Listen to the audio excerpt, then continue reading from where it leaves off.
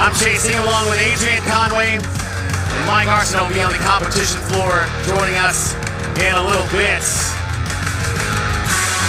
And what's Texas without a cowboy hat and a big belt buckle? We'll call that a fashion hat for the native Texans knows what that is. But that's a Kimosabe hat. There's somewhere there's a bunch of employees saying, hey, you got to put that upside down. You can't stack it like that just on the corner. But get a little Texas flair here as we are in Fort Worth. Dickey's triplet. Saw it once for the women, and now the men get to take a turn. It is classic CrossFit at its finest. 5 rounds per time of 175 meters on the run, 12 toes to bar, 8 alternating dumbbell snatches at 100 pounds for these men.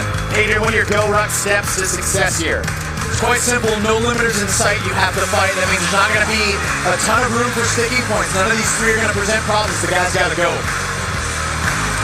The second is too fast, won't last. They got to pace it early out the run. We do have a run to start things off, and more on this run. Let's go down to Mike Arsenault. Well, the 175-meter run course will take these athletes into the loading dock here at Dickey's Arena. In the women's competition, we didn't see a ton of separation on the run. It was more so on the toes to bar and the dumbbell snatches. We'll see if that is the case as well for these 3 heats of men coming up. Thank you, Mike. First heat of men. We got 30 here on Sunday. Let's take a look at lane number 2. That is the father of 2 and the former Ohio State walk-on wrestler, Jack Rosenman. Former Ohio State wrestler. He got the American flag on. He's active duty Army. He's an attorney. He got 4th on the clean ladder. He's a level 1 coach. Is that Captain America? Hey, out there, Chase? I'm never going to take that over the way of someone serving our military so distinguishedly.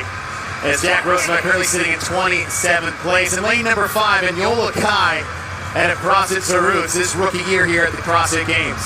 Rookie year, 21st overall, fighting and scrapping for every point to kind of climb his way up the leaderboard. He's got a soccer background, and he did well in track and field and the clean ladder. That's a good combination of running and some strength work. It's hard to say this, Adrian, but we got some old school CrossFit on the plate here today. How about an old school CrossFit Games athlete, Mr. Cole Sager? That's right, Sager there in the Dukish jersey, showing some love to Lazar and his family. He's got to love an opportunity to just do what he fell in love with from the day he started CrossFit, which is a triplet right out the door. See that right armband there for Cole Sager as he sets Lazar Dukic down to the side of his lane. And a lot of athletes will be wearing that black armband as a tribute to Lazar Dukic. Stand by. 5 rounds for time, 175-meter run, 12 toes to bar, and 8 dumbbell snatches. We didn't see this pace in heat number 1 or any heats on the women's side. Bailey Martin is out fast. Someone may need to inform these men there's 5 rounds of this, Chase. Yes, this isn't Helen. This is not 3, not 1, but yes, 5. 175-meter run. Bailey Martin out of the gates quick, and sometimes it's a little bit of a jam in the very part of this event, and that might just be to get clear of the field.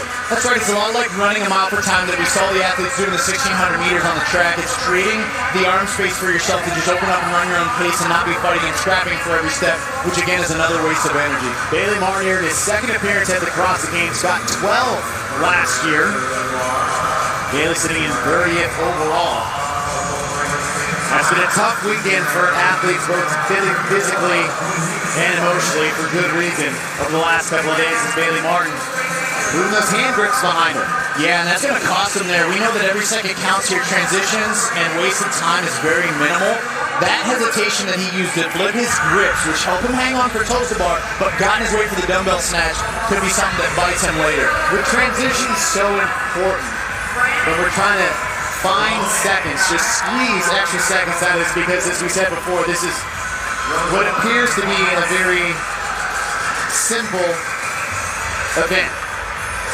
Is it worth the grips to have for something like toes to bar and only sets of 12? Well, I'll tell you, this is something that you have to have decided way long ago.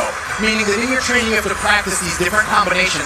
How do I wear my grips when I need my hands free for one movement and I need my grips for another movement? And so that decision there by Bailey might have been out of place, but I would trust that someone with as much experience as he has as an athlete has already experienced this in many different ways. So Yes, Chase, the answer is sometimes it's worth it, sometimes it's not.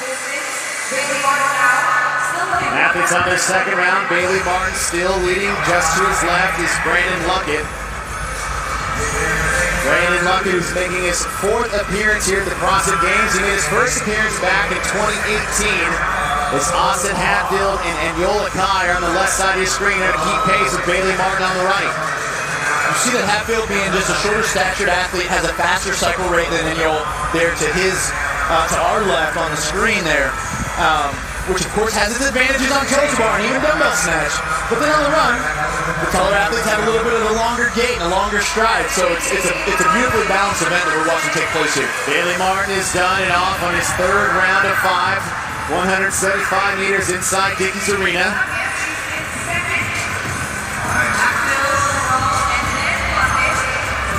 Just past the 3-minute mark. Time in the upper left corner of your screen. Austin Hatfield and Yoel Kai moving into second and third, followed by Alexander Caron. Brandon Luckett behind him, rounding out your top 5 in this heat. 3 total heats for the individual men. This is event number 8, Dickie's Triplet. It's really 4th and final day of competition. We're crowned champions today. And it's all starting in heat number 1. Martin and the athletes to follow the 2 rookies. Everybody's coming in here relatively fresh for the day, Chase.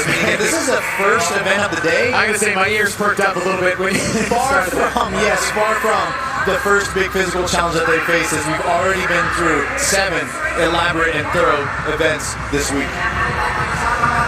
One thing to know, we had Bailey Martin that was in the lead per se, but the length they are on the rig, as Bailey Martin is in the far lane. So he's getting out early as it stands, but with Hatfield and Yoel Kai in the middle lanes, they're really not that separated. As you see, getting it done about nearly the same time.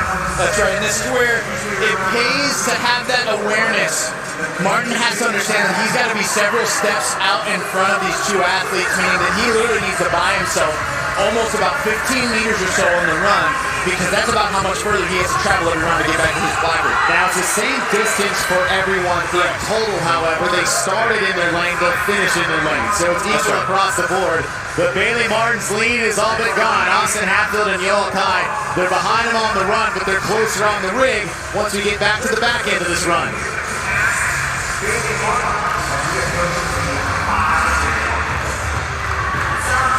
This is that point in the event, Chase, where athletes have to make some hard choices on the paces that they've selected. I think this is what you're seeing from Hatfield, is that he intentionally overpaced the first couple rounds, meaning that he left some energy in reserve, and now he's able to make some moves and increase his intensity in the final rounds to finish. Bailey Martin's first run is 38. Second, 48.52. It's getting a little bit slower. Austin Hatfield, 48.52. So just a 4-second descent on time. Bailey Martin, your early leader on the far right. 3 athletes chasing him down on the left. Alexander Caron and Yoel Kai and Austin Hatfield. Hatfield on his final rep, and Hatfield is moved into the lead here in the 4th round. On the last run, Austin Hatfield is the only athlete under 50 seconds. Hatfield is getting faster. Here comes Caron making a move on a Kai's pace as well. 100 pounds on the dumbbell, 8 reps. Bailey Martin laboring. Starting to slow down, Hatfield speeding up. Just past the 6-minute mark. Final round. Austin Hatfield has the fastest round he's had all 4 rounds. Hatfield with a little smile to the spectators as he exited the stadium here. Looking smooth, you can see he's trying to stay relaxed, already setting up his grips. Again, having the understanding he's going to use them for the toes to bar, setting up his grips before he gets there, making sure he's prepared, no waste of time in the transition. And it was really tied coming in at the 4th round, just to show you the move that Hatfield is making on the field. And Yoel Kai followed by Alexander Caron. Hatfield to the rig first, final 12 toes to bar. Hatfield hanging on. Approaching the 7-minute mark. No signs of slowing, no signs of sticking there. He doesn't have to bend at his knee and kick the rig. He doesn't have to load excessively forward. alternating dumbbell snatches at 100 pounds.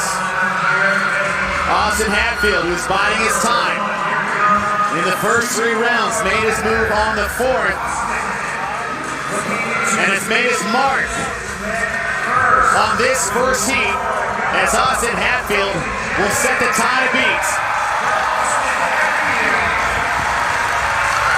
7:28.64, followed by Corona Nakai. Cole Sager has moved up into 5th. He's on the right, and Jack Rosema on the left. Bailey Martin, who's your early leader in the first 3 rounds. We're curious to see if he can keep the pace that he started with. And as you said in your steps to success, Adrian, it's not a dead sprint from the start. Look, 7 minutes and 30 seconds is the time we're working with. That's right, too fast won't last, and it's a tricky thing, Chase. It's one thing to read an event on paper and be able to nail the pacing all the way through. Brandon Luckett, 3 reps left to go, make it 2. 8 alternating dumbbell snatches at 100 pounds.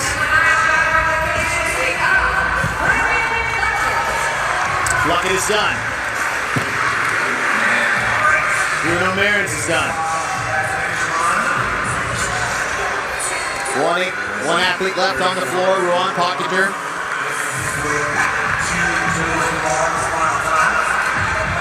12 toes to bar, 8 dumbbell snatches to finish out event number 8 for Ruan.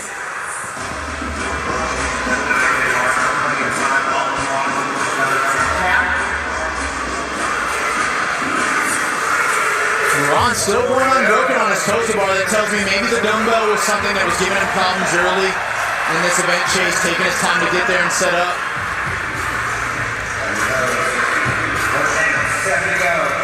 And this is where you see the difference between what some of the athletes' capacity shows. While we said there weren't any glaring limiters for most of the field, this dumbbell at 100 pounds, one arm at a time, the unilateral stability, the power, the speed, the accuracy that is all asked of an athlete to get from ground overhead in one fluid movement. Ruan's giving us a great example there, where this dumbbell is right at his threshold and he's still moving 1 rep at a time. I also say is the beauty of this event is that you have to be a good runner. Yes. Do you have to be good at gymnastics? Yes. Do you have to be strong? Yes. Is this a great test to start Sunday? Yes. That'll do it for heat number 1. Austin Hatfield sets the time to beat. We still have 2 heat, 20 athletes left to take on event number 8 to start Sunday morning here at the CrossFit Games. Hey, the Dickies triplet did not disappoint. It's classic CrossFit. These men came out aggressive out the gate. It was Bailey Martin. We talked about it, Chase. Was it too aggressive? Was it just right? But one of the steps to success was too fast won't last. It started to catch up with Martin there in the middle rounds. It was Hatfield who made his move, increasing his run pace every single round, almost perfectly negatively splitting. Not quite, but putting the execution at a premium where he never broke up the toes to bar, and his dumbbell snatches were very smooth. Not once did he even look at the dumbbell overhead, and that allowed his cycle rate to be fast, efficient, and lead him to a time to beat here for the first event on Sunday.